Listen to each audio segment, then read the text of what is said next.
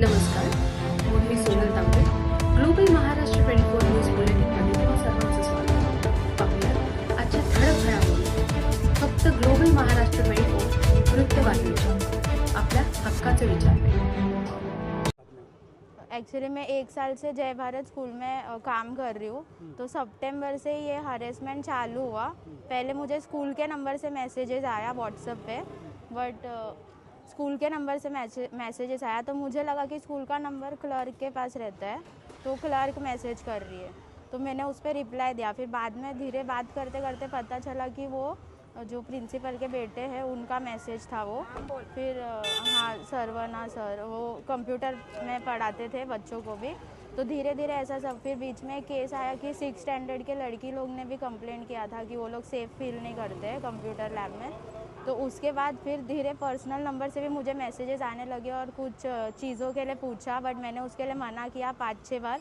मैंने उनको ये भी समझाया कि मैं ये सब नहीं करना चाहती हूँ और मैं वैसे टाइप की लड़की नहीं हूँ. उसके बावजूद वैसे वीडियोस और फोटोज़ मेरे को भेजे गए, तो मैंने उसके लिए बस बोला. फिर जब मैंने HM को बोला तो वो मेरे पे इल्ज़ाम लगा रही है कि आपने AI से बनाया है. डोंबिवलीतील सागाव येथील जय भारत शाळेतील एक शिक्षिका आहेत.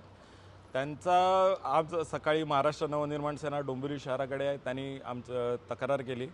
या शाळेचे जे ट्रस्टी आहेत अय्यर म्हणून, त्यांच्या मुलाने त्यांना अश्लील काही फोटोज आणि मेसेज करून त्यांना संबंध ठेवण्याबाबतच्या सगळ्या गोष्टी त्यांच्या व्हॉट्सअपवर पाठवल्या होत्या. बऱ्याच वेळेला बऱ्याच दिवसांपासून तो त्यांच्या मागे होता. यांचा वारंवार नकार देऊन देखील त्याची ही जी काही हॅरेसमेंट आहे ही सगळी चालू होती. आणि या सगळ्या प्रकाराला कंटाळून त्यांनी आमचे काही महाराष्ट्र सैनिक आणि पदाधिकारी त्यांच्याशी संपर्क साधून त्या लोकांनी नंतर आमच्याशी संपर्क साधला. त्यानुसार आम्ही आज जय भारत शाळेत इथे जाब विचारण्याकरता आलो होतो. परंतु त्यांनी आपला जो ट्रस्टी आहेत त्यांनी आपल्या मुलाला इथे त्या घटनास्थळावरून गायब केला आणि काही क्षणात पोलीस आले आणि आता पोलिसांनी त्याला पकडून पुढील चौकशी करता नेलेला आहे. महाराष्ट्रात आत्ता जी परिस्थिती आहे, आपण जे अशोक खरात वगैरे हे सगळं प्रकरण चालू आहे, ह्याच्यात भर टाकणारी आणि सुशिक्षित डोंबिवली शहराला काळीमा लावणारी अशी ही घटना आहे. पोलिसांच्या मार्फत आमची विनंती आहे प्रशासनाला, न्यायव्यवस्थेला, की या वासनांध आरोपीला अत्यंत कठोरात कठोर अशी शिक्षा झाली पाहिजे. बोलू.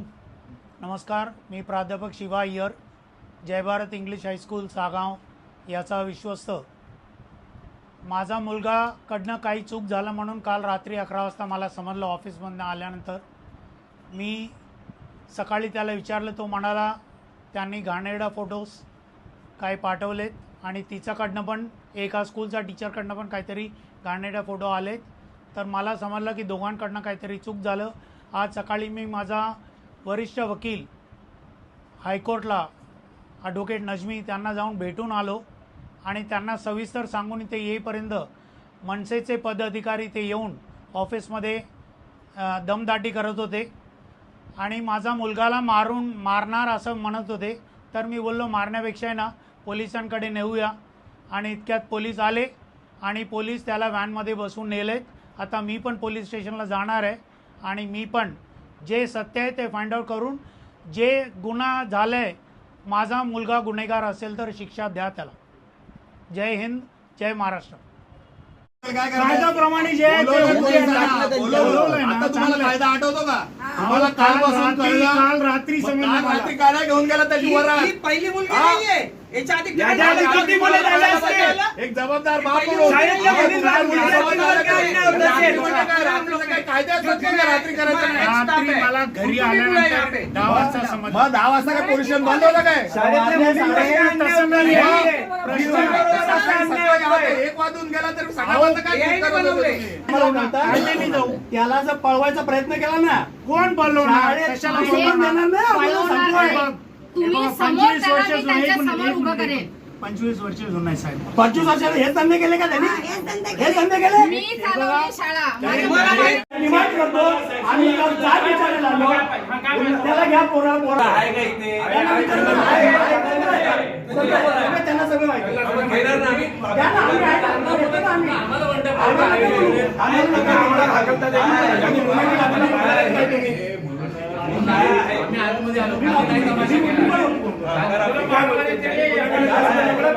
शाळा आहे आम्हाला पण मान्य आहे.